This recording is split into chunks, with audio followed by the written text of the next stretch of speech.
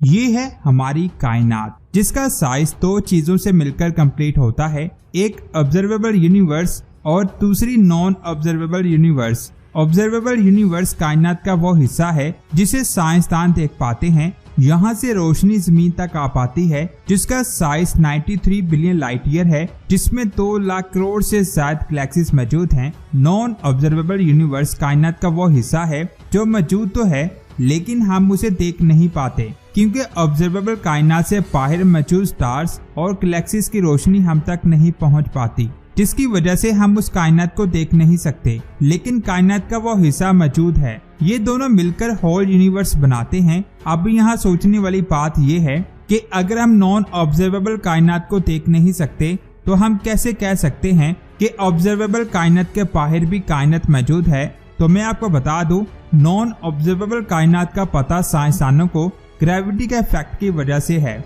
जब हमने solar system में यूरेनस को डिस्कवर किया था, उस वक्त माना जाता था कि ये हमारे सोलर सिस्टम का आखिरी सितारा है, लेकिन बाद में साइंसदानों ने नोटिस किया कि इसके ऑर्बिट पर किसी चीज की ग्रेविटी का असर हो रहा है। आखिर वो चीज क्या थी, साइंसदानों को नजर नहीं आ रही थी, क्योंकि वो चीज हमसे बहुत दूर थी और इस वक्त हमारे पास इतने ज्यादा एडवांस टेलीस्कोप भी मौजूद नहीं थे कि हम उसे देख सकें। लेकिन उसकी ग्रेविटी के इफेक्ट की वजह से हम महसूस कर पा रहे थे कि वहाँ कोई चीज मौजूद है। फिर कई सालों तक स्टडी करने के बाद हमें पता चला कि वहाँ पर नेपच्यून सितारा मौजूद है, जिसकी ग्रेविटी का असर यूरेनस पर हो रहा है। सेम इसी तरह ऑब्जर्वेबल कायनात के बाहर बहुत बड़ी कायनात मौजूद है, जिसकी ग्रेविटी के असर को साइंसदान महसूस कर रहे हैं, लेकिन वो इस कायनात को देख नहीं पा रहे, जिसे नॉन ऑब्जर्वेबल कायनात कहते हैं। साइंसदानों के मुताबिक ऑब्जर्वेबल कायनात का साइज होल कायनात के मुकाबले में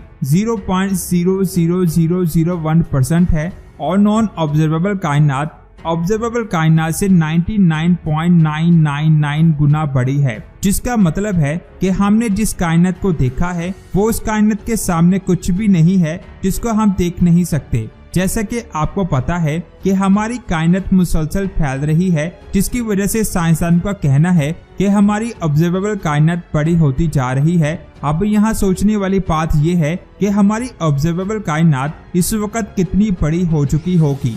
अगर हम अपनी जमीन को ऑब्जर्वेबल कायनात के सेंटर में रखें तो हमारी कायनात दोनों तरफ से 46 अरब 50 करोड़ लाइट ईयर तक फैली हुई है, यानी हमारी ऑब्जर्वेबल कायनात का आखिरी किनारा 46 अरब लाइट ईयर दूर है। इस वक्त हमारी कायनात को बने हुए 13.8 अरब साल हो चुके हैं, तब इसका साइज बहुत छोटा था। लेकिन कायनात के फैलाव की वजह से आज हमारी कायनात बहुत ज्यादा बड़ी हो चुकी है। उस वक्त जो गैलेक्सी बनी थी, कायनात के फैलाव की वजह से आज वो हमसे 32 अरब लाइट ईयर दूर है, यानी उनकी रोशनी को हम तक पहुंचने में 32 अरब साल लग जाएंगे। और आने वाले वक्त में ये टाइम और ज्यादा बढ़ जाएगा, क्योंकि हमारी कायनात डार्क मैटर की ग्रेविटी की वजह से फैल रही है। जिस रफ्तार से हमारी कायनात फैल रही है, उस रफ्तार से सिकुड़ भी रही है। जिस तरह डार्क मैटर की वजह से हमारी कायनात फैल रही है, उसी तरह मैटर की वजह से हमारी कायनात सिकुड़ भी रही है। लेकिन इसके बारे में साइंसदानों के पास कोई भी ठोस सबूत नहीं है।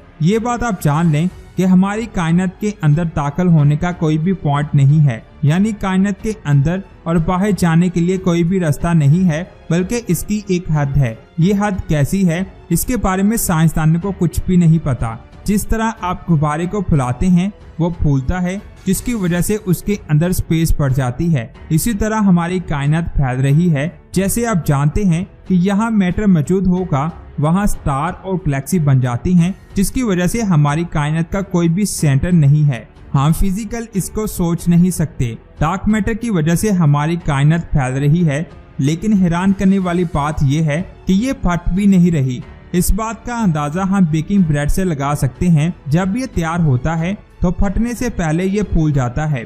फूलने की वजह से वो फटता नहीं है। हबल टेलीस्कोप ने एक गैलेक्सी ZN11 को ढूंढा। ये गैलेक्सी हमसे 13 अरब लाइट ईयर दूर है, यानी ये गैलेक्सी बिग बैंग बनने के 40 मिलियन साल बाद बनी थी। कायनात के फैलाव की वजह से इस वक्त ये गैलेक्सी हमसे 32 बिलियन लाइट ईयर दूर है और ये मुसलसल हमसे दूर होती जा रही है। ये बात आप जान लें कि यहाँ पर मैटर नहीं है जो हमसे दूर जा रहा है। बल्कि चीजों के दरमियान फासला ज्यादा हो रहा है। जब गुब्बारे में हवा नहीं होती तो उसका साइज बहुत छोटा होता है, लेकिन जैसे ही उसमें हवा बढ़ते जाए उसका साइज बड़ा होता जाता है। और अगर गुब्बारा ऐसा हो जिस पर चीजें बनी हो तो जैसे जैसे वो फूलता है चीजें दूर होती जाएंगी। इससे ये पता चलता है कि मैटर तो अपनी जगह पर है, लेकिन चीजों के दरमियान फासला ज्यादा होता जा रहा है। जेम्स स्पेस टेलीस्कोप से पहले ZN11 गैलेक्सी हमसे सबसे दूर वाली गैलेक्सी थी, लेकिन जब जेम्स स्पेस टेलीस्कोप ने अपनी पहली तस्वीर जारी की तो उसने साइंस की दुनिया में तहलका मचा दिया, क्योंकि उस तस्वीर में ऐसे ऐसे राज छुपे थे जिनके बारे में हमें नहीं पता था। और इस तस्वीर में एक ऐसी गैलेक्सी भी छुपी थी जो हमारी कायनात की सबसे दूर वाली गैलेक्सी थी, और ये हमारी कायनात का आखिरी किनारा भी हो सकता था, क्योंकि जो चीज हमें कायनात के आखिर पर दिखाई देगी वही हमारी कायनात का आखिरी किनारा हो सकता है। उस गैलेक्सी का नाम है Z13, जिसे 12 जुलाई 2022 को जेम्स स्पेस टेलीस्कोप ने डिस्कवर किया था, जो हमसे 13.4 अरब लाइट ईयर दूर मौजूद है। इससे ज्यादा दूर मौजूद गैलेक्सी को हमने नहीं देखा। सिंपल अल्फाज में हम ये भी कह सकते हैं कि हमने कायनात के आखिरी किनारे पर जिस चीज को देखा है वो ये गैलेक्सी है।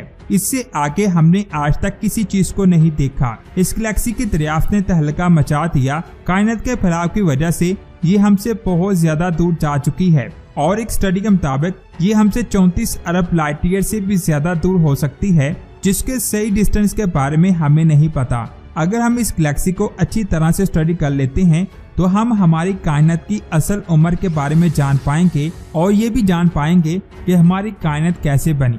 साइंसदानों के मुताबिक जब ये गैलेक्सी बनी थी तब उसके फौरन पास स्पेस ने फैलना शुरू कर दिया, जिसकी वजह से हो सकता है कि इसकी हद कॉस्मिक सिंगुलैरिटी तक पहुंच चुकी हो, जिससे हमें पता चल सके कि हमारी कायनात कैसे बनी थी। और अगर हम उस वक्त निकलने वाली रेडिएशंस को देख सकें कि हमारी कायनात की आखिरी हद कहाँ है, लेकिन ये कभी भी मुमकिन नहीं हो सकता, क्योंकि बिग बैंग के वक्त इस तरह की बहुत सारी गैलेक्सीज ने रेडिएशंस को खारिज किया था। ये रेडिएशंस एक बैरियर की तरह काम करती है। यहाँ तक हम इन रेडिएशंस को देख सकते हैं, वहाँ तक हमारी कायनात है। ये रेडिएशंस बिग बैंग के 3,80,000 सालों के बाद खारिज हुई थी। उस वक्त कायनात इतनी ज्यादा ठंडी हो गई थी कि इसमें एटम्स बनने लगे। साइंसदानों के मुताबिक जब पहला स्टार बना था उस वक्त हमारी कायनात बहुत ज्यादा फैल चुकी थी, और ये वही जगह है यहाँ पर हमारी कायनात का आखिरी किनारा है, यानी इसको ऑब्जर्वेबल कायनात भी कहा जाता है। इन रेडिएशंस को लाइट की सूरत में देखा जा सकता है। यहाँ तक ये लाइट दिखाई देगी वो हमारी ऑब्जर्वेबल कायनात का आखिरी किनारा होगा, और जो चीजें इस किनारे से बाहर हैं उनको काफी तरीकों से जाना जा सकता है। वैसे आप इसके बारे में क्या कहते हैं, नीचे कमेंट्स करके जरूर बताएं। वीडियो अच्छी लगी तो लाइक करने के साथ साथ इसे आगे भी शेयर करें। मिलते हैं एक और अमेजिंग वीडियो में। अपना बहुत सारा ख्याल रखें। अल्लाह हाफिज।